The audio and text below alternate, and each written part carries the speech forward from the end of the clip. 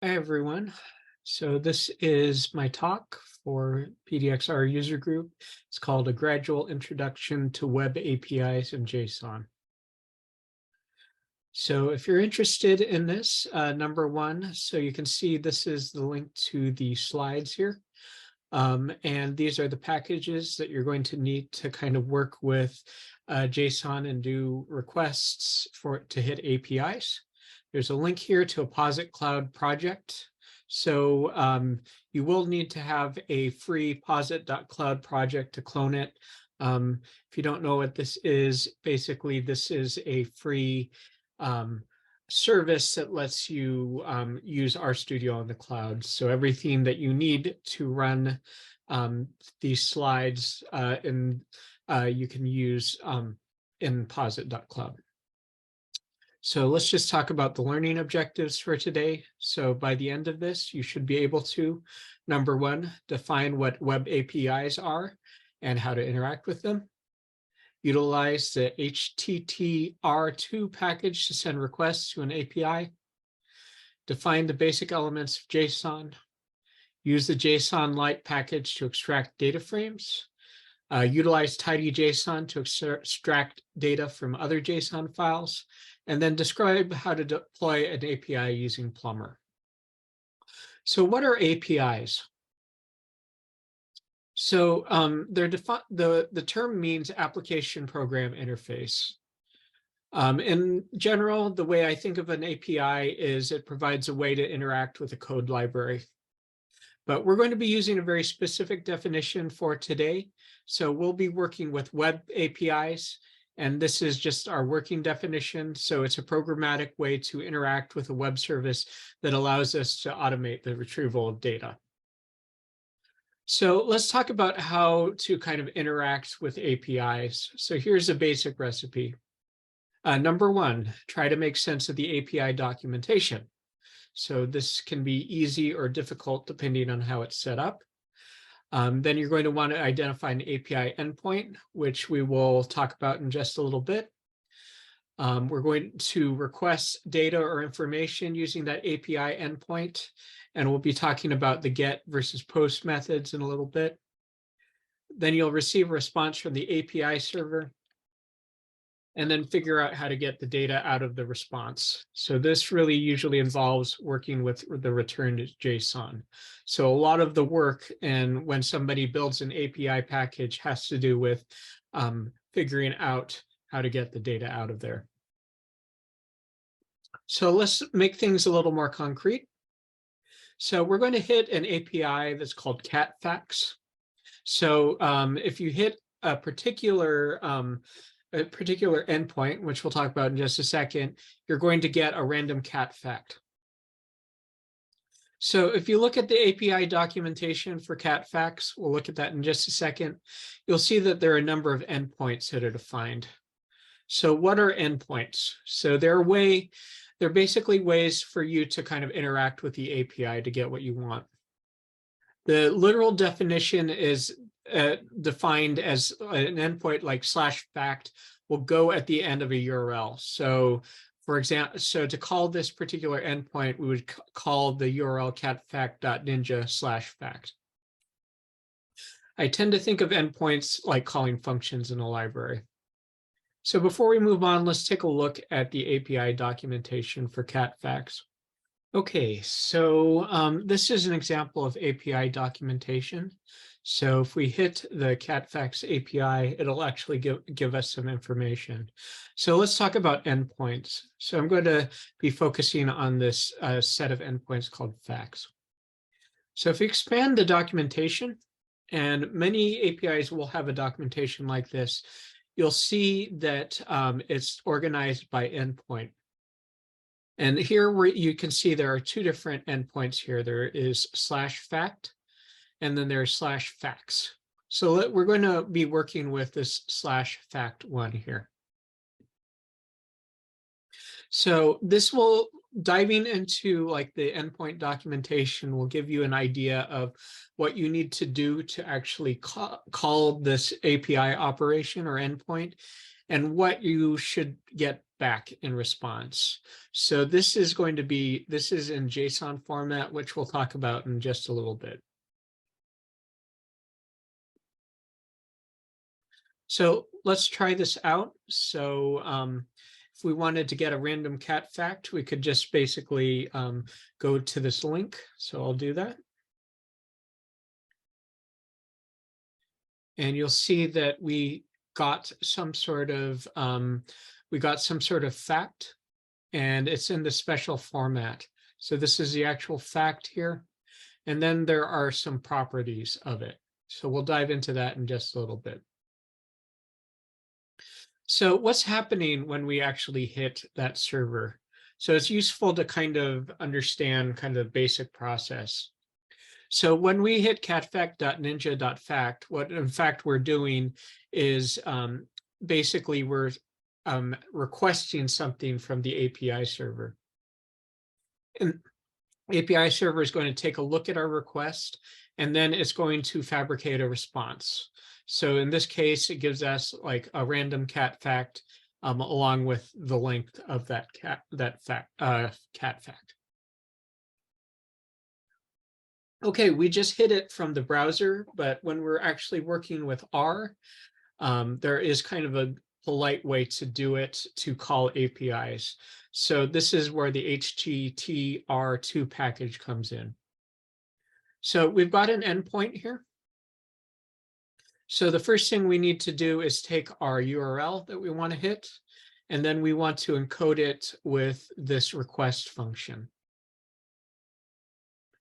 So if you just look at that request function, what you'll see, and we pipe it into this request dry run function here, you'll see that this is the actual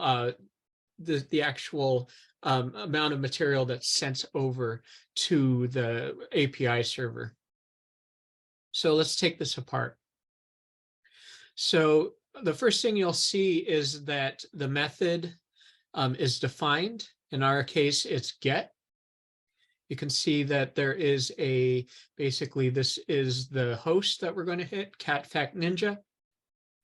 And then here you can see this is the endpoint we're going to be hitting. So it's /fact. This user agent part, this is actually very important. And usually what this encodes is like what browser you're using. But we are actually using that R package called HTTR2. So that's how we kind of define our user agent. So in general, the user agent happens to be like the browser that you're browsing from. So whether it be Chrome or Safari or Opera, and that gives the Web API server some clues about how to format things. So if you actually want to call the catfacts API, you'll take that request and you pipe it through rec_perform.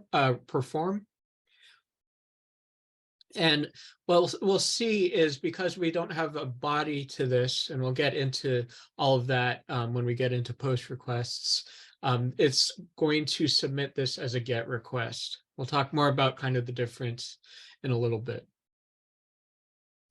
So you can take that response and then you can pipe it into a response_raw. And so this is going to give you the actual text of the response. So let's take that apart a little bit. So I want you to focus on this line here. And I know this is very complicated, but there is a line called content type. So that is like basically the format that's being returned. So in our case, you can see it's going to return JSON format. So where is that JSON? So it's in the body, which is basically defined as the end of the document here. After all of this, like other stuff, you can see that there is this little bit of text, and this is in JSON format. So we know that the body is in JSON format, and we know that that contains what we want. So we can pipe our response into response body JSON, which will extract the JSON from the body. Signing that into the JSON bit, we'll see that JSON bit basically contains a named list. So this named list has a fact slot, and a length slot.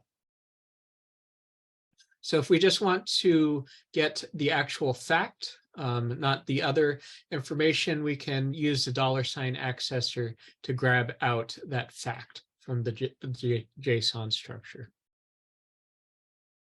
So what is this JSON stuff? So it is short for JavaScript object notation. And the way I kind of think of it is it's a common format for communicating both with the API servers. So that's going to be our requests, and then receiving results or data from that API. So that's going to be the response. So why is knowing JSON useful? So number one, it's going to be used as a way to encode the data that we want out of an API. But also we're going to be using it to send requests using this mysterious post method, which we'll talk about in a little bit. So the reason why JSON is important is because APIs use JSON to handle both requests and responses.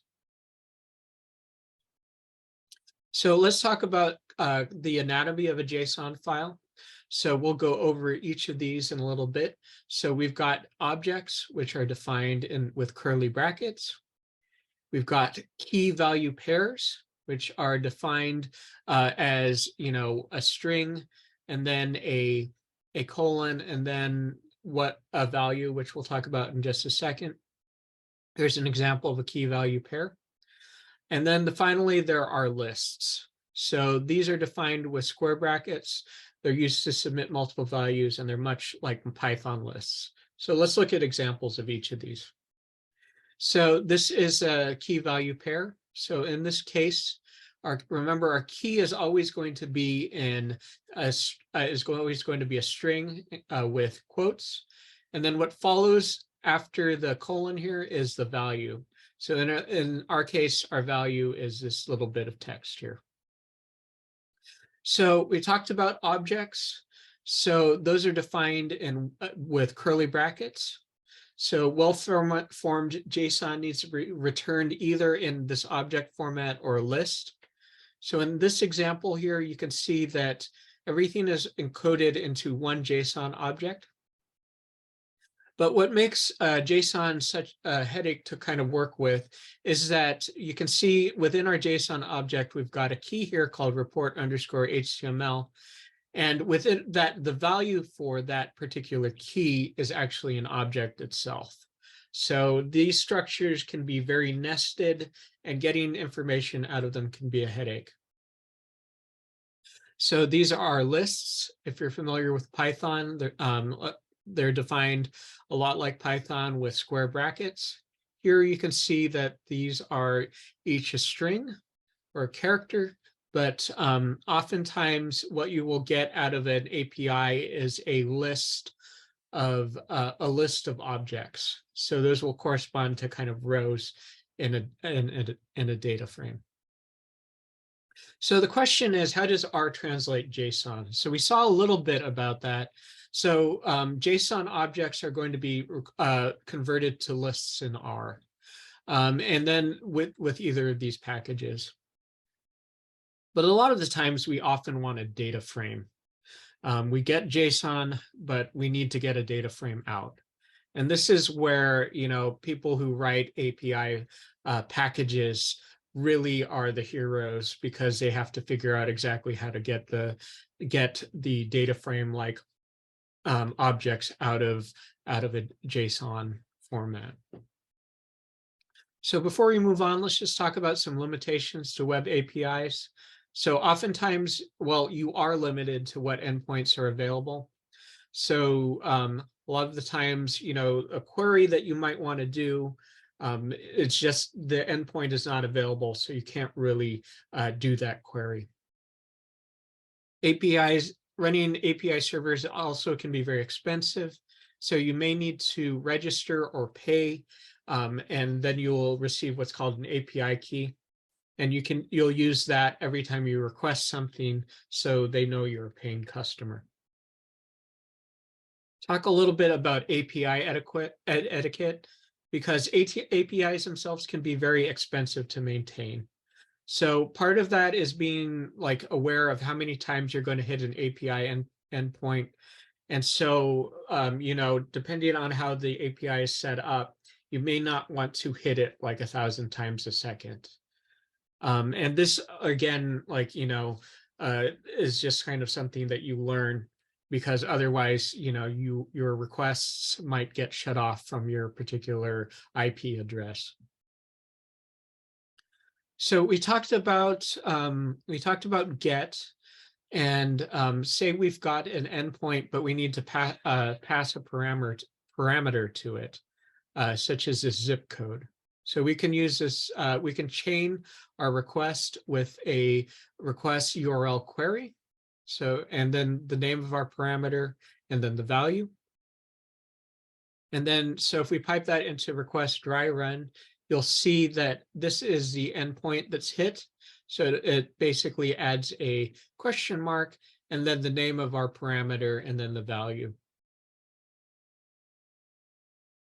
Okay, so we talked about kind of, the return JSON. So let's talk about hitting that other endpoint. So we saw that there was another endpoint called facts. So if we go there, so I'm just going to cut and paste this. You'll see the JSON is much more complicated. So we need to figure out how to get our facts out of this JSON here. And this is the actual JSON response. So it's very long. But again, we're interested in this JSON and how to get information out of it. So we know that we can take our response, and we can use that response body JSON function to get the JSON out. And this object response underscore JSON is a list. So the real trick to getting things out of that JSON list is figuring out which of the slots in the list contain the data. In our case, we're very lucky, because you can see there's this data slot here. So if we dive further into that data slot, you'll see that basically everything is returned as a numbered list. And each of those lists will contain a facts slot and a length slot. So let's talk about programmatically getting that out of this list. Before we go there, I just want to kind of talk a little bit about how things are translated from JSON to list format. So if you've got square brackets, that becomes an unnamed list. In other words, you use numbered slots.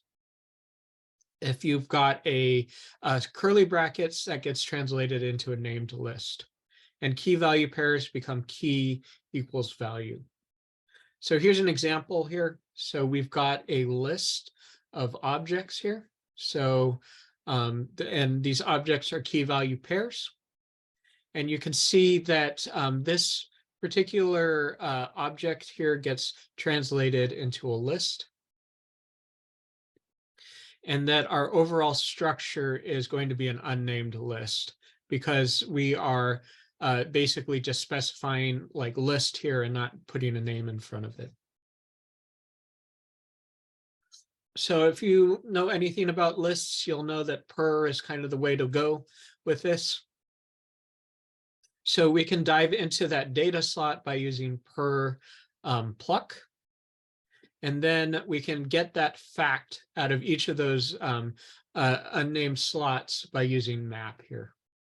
And when we unlist that, you'll see that we now have a list of catfacts, and we can do whatever we want with them. Okay, so that was catfacts. So I want to show you another API. So this is what's called the Citibikes API. And if you click on the link, it's going to basically retrieve a JSON file directly. So this is what's returned, and you can see it's very complicated. So how do we actually get this information out?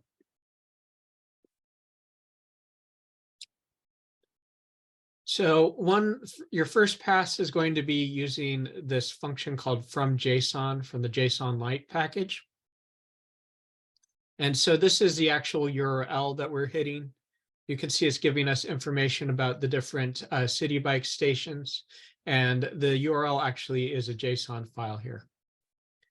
So if we do that and we look at the names of the the list returned from JSON, because this translates the JSON to a list, we'll see that there is a slot called data. So if we dive a little further, we'll see that there is actually a slot in data called stations, and that's what contains our actual information. So the nice thing about jsonlite is that that's from JSON function is usually pretty smart enough to kind of extract everything as a data frame. So if we extract the Citibikes $data, $stations, we'll get a data frame here. And you can kind of scroll along here and kind of see all of the information it contains. So we can take that, we can encode it as a data frame. So that's what we did in the last slide. And then we can pipe it into our data frame into leaflet. And here I just set the view to Manhattan. And then, here we're adding all of the locations of all the stations by mapping the latitude column and the longitude column. So oftentimes the JSON returned is not really data frame friendly. So I wanted to talk a little bit about this package called tidyjson. So this will give us some dplyr-like verbs to manipulate JSON data into data frame structures. So here you can see, basically remember like that slot we were interested in was called data. And then we wanted the data was, the station data was in that station slot. So these enter object functions let us basically enter into the JSON at particular points. The rest of this is very much like tidyr. This gather array function basically will take that entire JSON string and separate it out into an array of JSON objects. And then we need to convert it to this tibble_JSON format. And then we can basically extract the information that we need. So this spread values function, this lets us specify the format of each of our columns. So here's a result. So you can see that there's a name column, a latitude column, and a longitude column. If we scroll down, we'll see that there are many more entries in our data frame. So we talked about mostly get, but I also want to mention, there's this alternate method called post, and that lets us add a body to our request. And usually that body is going to contain some sort of JSON. So I just have a little flow chart here. So the main difference between get and post is whether you need to include a body in your request. So by default, if you don't include any sort of those body request body functions, then your method is going to be get. But if you need to include a body in whatever format, so there are multiple functions called request body, such as request body JSON, then your request is going to become a post method. So let's talk about that. So here you can see where there is, we're going to pass in the JSON information as a string or as a list here. And then we can use that request body JSON to add this to our request. So that's going to put it at the bottom of our request. So you can see this is that JSON that we were talking about. So that's the basics of APIs. We've only really kind of covered APIs that don't require authentication, but you will need a lot of you may need an authentication token that you'll need to provide in your API request. This is a great link about the using API tokens in HTTR2. You can also play with some free APIs. This was a great link that I just was kind of poking around with. And so you can see this is just a list of free APIs. So here you can see there's catfacts. So I just kind of built this presentation by kind of playing around with catfacts.api. If you're interested in much more information about APIs, I want to point you to this, this course here. And it really goes into a lot of detail about request and response structure and like the different methods and much more about API design. So if you're interested in building API packages, I just want to point you to this book, HTTP Testing in R. So this is very good. So this basically teaches you how to basically test your API package using setting up a mock data API using this WebMocker package. So this is written by Scott Chamberlain, who was a former PDX data person. So I highly recommend it because he's quite a master. Not just Scott Chamberlain, but other people at R OpenSci. So let's talk and wrap up by talking about making your own APIs. So sometimes I just want to highlight the pins package before you think about kind of creating something more complicated like an API. This is a very lightweight way to share data. So in the parlance of the pins package, the data sets are known as pins, and they are mounted onto what's called a board.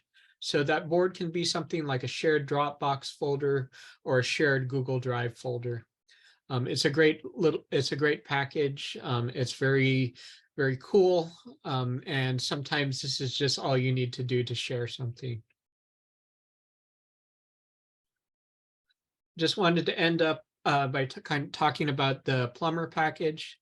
So this is all of the code needed to specify an API. So you can see we've got these different functions here. These different functions are going to be our endpoints. But in front of it, you can see that there are these hashed stars or asterisks. And this is where you specify kind of the different, not only the parameter here. So this one's going to take a parameter called MSG for message. And then this is going to be our actual endpoint. So this one will take that MSG parameter, and it's going to return basically a message that says my cat's name is, and then that message parameter. This one here, this is pretty neat. So this basically will sample from a normal distribution, 100 values, and then it's going to produce a histogram. So every time you hit this API endpoint, it's going to produce a different plot. So you can see we can run the API on our own machine using PR run. So I want to take people through that. So let me change my screen.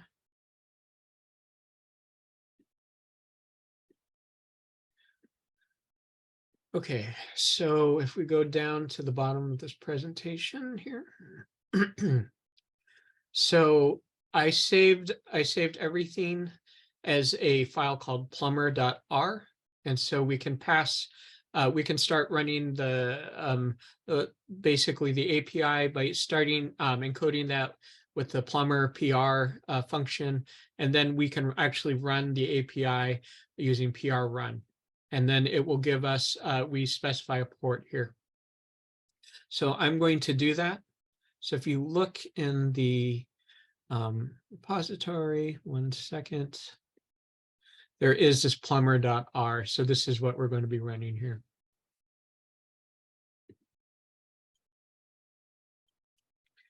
So this is going to take a second to kind of come together.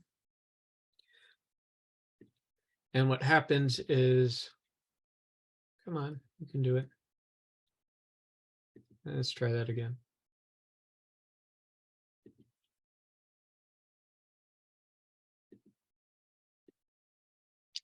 So this is the API or the API documentation. And so you can see we've got an echo endpoint here, and it requires a single parameter and what format it requires. And then there's, there is that plot one. So we're going to try that one out. Hopefully this is going to work. So this is just running on my own machine here. We'll talk a little bit more about deployment in just a second. So let's try that out. So you can see basically we hit that endpoint and we got a histogram. If I refresh it, you'll see it returns another histogram. So that's pretty neat, and that's how you can kind of test out your build your API. But how do you get your API out into the world where everyone can access it? So it's going to be you need it to deploy it to a server. And you can check out this Plumber deploy package for much more info. The fastest way to do it is to set up a DigitalOcean account.